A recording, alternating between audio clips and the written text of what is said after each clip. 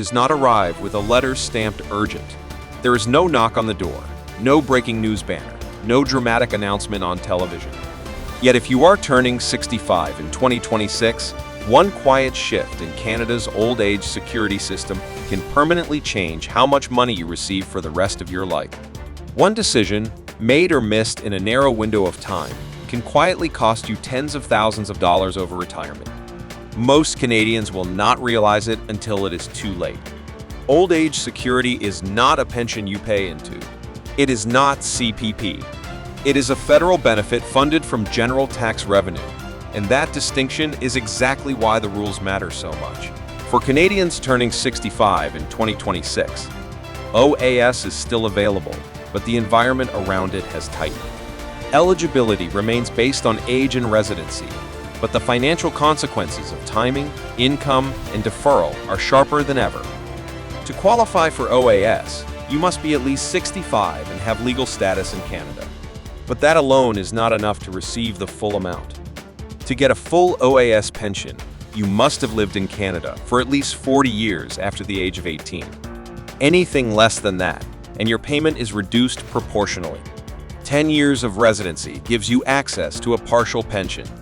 20 years gives you half. This has not changed in name, but in impact, it has grown more severe because of rising living costs and stricter income thresholds. In 2026, the maximum monthly OAS payment at age 65 is expected to be higher than today due to inflation adjustments, but the purchasing power of that amount is under pressure. The government indexes AS quarterly to inflation, yet real expenses for housing, utilities, insurance, and food have outpaced those increases for many seniors. That means every dollar lost due to missteps in eligibility, timing, or clawbacks hurts more than ever. For those turning 65 in 2026, one of the most critical choices is when to start OAS. You are allowed to delay OAS for up to 5 years until age 70. For every month you delay after 65, your payment increases by 0.6%. Over 5 years, that is a 36% permanent increase. This increase is for life. Once you start, the amount is locked in, aside from inflation adjustments. But here is the trap. Once you apply and begin receiving OAS, you cannot undo it beyond a very short cancellation window. A single early application can erase decades of higher payments. Many Canadians still assume OAS starts automatically at 65. For some, it does. For others, it does not. The federal government has expanded automatic enrollment, but not everyone is included. If you are not automatically enrolled and you fail to apply on time, you may lose payments. OAS can be retroactively paid, but only up to 11 months. Miss the window, and those months are gone forever. Another silent danger for Canadians turning 65 in 2026 is the OAS recovery tax, commonly called the clawback. This is where OAS stops being universal in practice. If your net income exceeds a specific threshold, the government begins to recover part or all of your OAS through your tax return. For the 2024 tax year, that threshold is just over $90,000, and it is expected to rise slightly by 2026. But the mechanism remains the same. For every dollar above the threshold, you lose 15 cents of OAS. This means high-income retirees can lose their entire OAS benefit. And income is not just salary. It includes CPP private pensions, RRSP withdrawals, RRIF income, investment income, and even some capital gains. Many Canadians are shocked to discover that careful saving can unintentionally disqualify them from OAS. For those turning 65 in 2026, income planning has never been more critical. Drawing too much from RSPs early, triggering large capital gains, or receiving lump sum payments can push income above the clawback threshold. Once clawed back, OAS is not restored retroactively.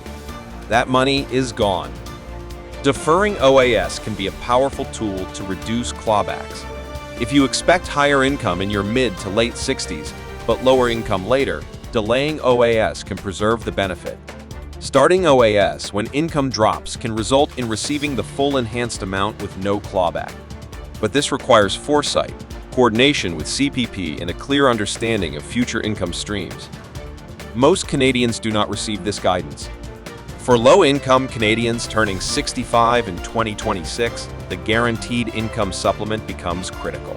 GIS is a non-taxable monthly benefit, added to OAS for those with little or no income. But GIS is extremely sensitive to income.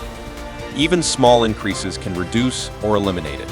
RRSP withdrawals, part-time work, or investment income can have a disproportionate impact. One extra dollar of income can cost more than $1 in lost benefits. Applying for OAS late can also delay GIS. And unlike OAS, GIS is not paid retroactively beyond the application date. If you fail to apply on time, you lose those months permanently. This is one of the most expensive mistakes low-income seniors make. Residency rules have also become more closely scrutinized. Time spent outside Canada can reduce eligibility for a full pension. For immigrants, years of residence before permanent status may not count. Social security agreements with other countries can help, but they do not always result in a full benefit.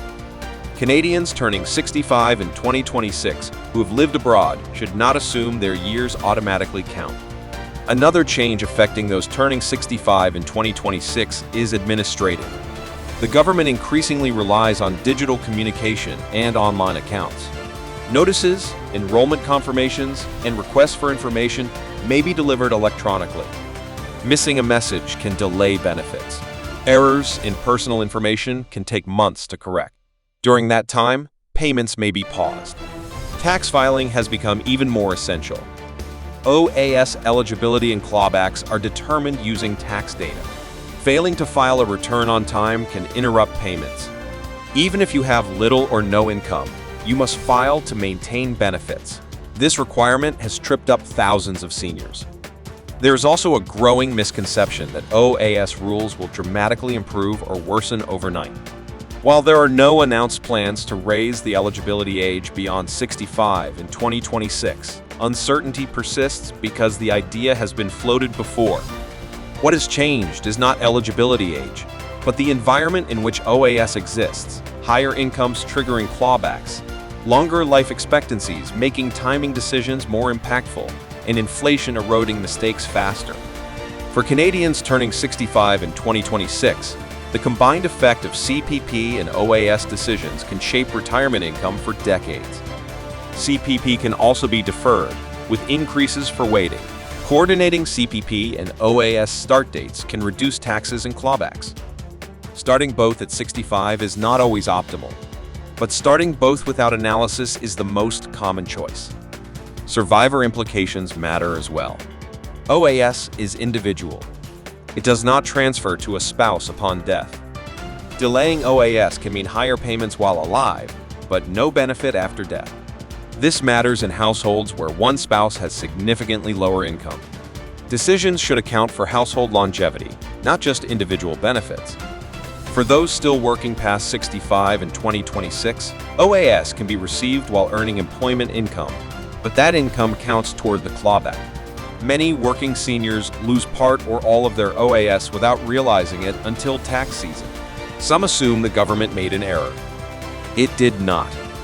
The most dangerous aspect of OAS, changes for Canadians turning 65 in 2026, is not a single rule. It is the combination of rules interacting quietly. Automatic enrollment that is not universal. Deferral bonuses that are permanent but irreversible. Clawbacks that punish unplanned income. GIS benefits that disappear with small miscalculations. Residency rules that reduce lifetime payments. Administrative systems that assume you are paying attention. There is no dramatic deadline announced on television. There is only a series of windows that open and close quietly. Apply too early, and you lock in a lower amount. Apply too late, and you lose months forever. Earn too much, and your benefit vanishes through taxes. Earn too little without applying correctly, and supplemental support never arrives.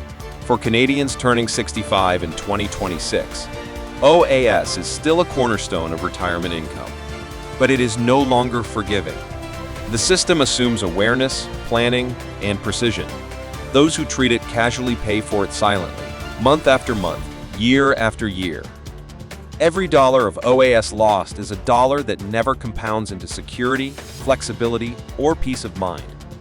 Over a 20 or 30-year retirement, small monthly differences add up to life-altering sums. And once the decision is made, there is rarely a second chance. This is why understanding the OAS changes and realities for 2026 is not optional. It is not something to figure out later. It is not paperwork to rush through. It is a financial decision with permanent consequences. If you're turning 65 in 2026, act early. Plan deliberately. Understand exactly how the rules apply to you. Subscribe for clear, accurate updates on Canadian benefits. Share this information with someone approaching retirement.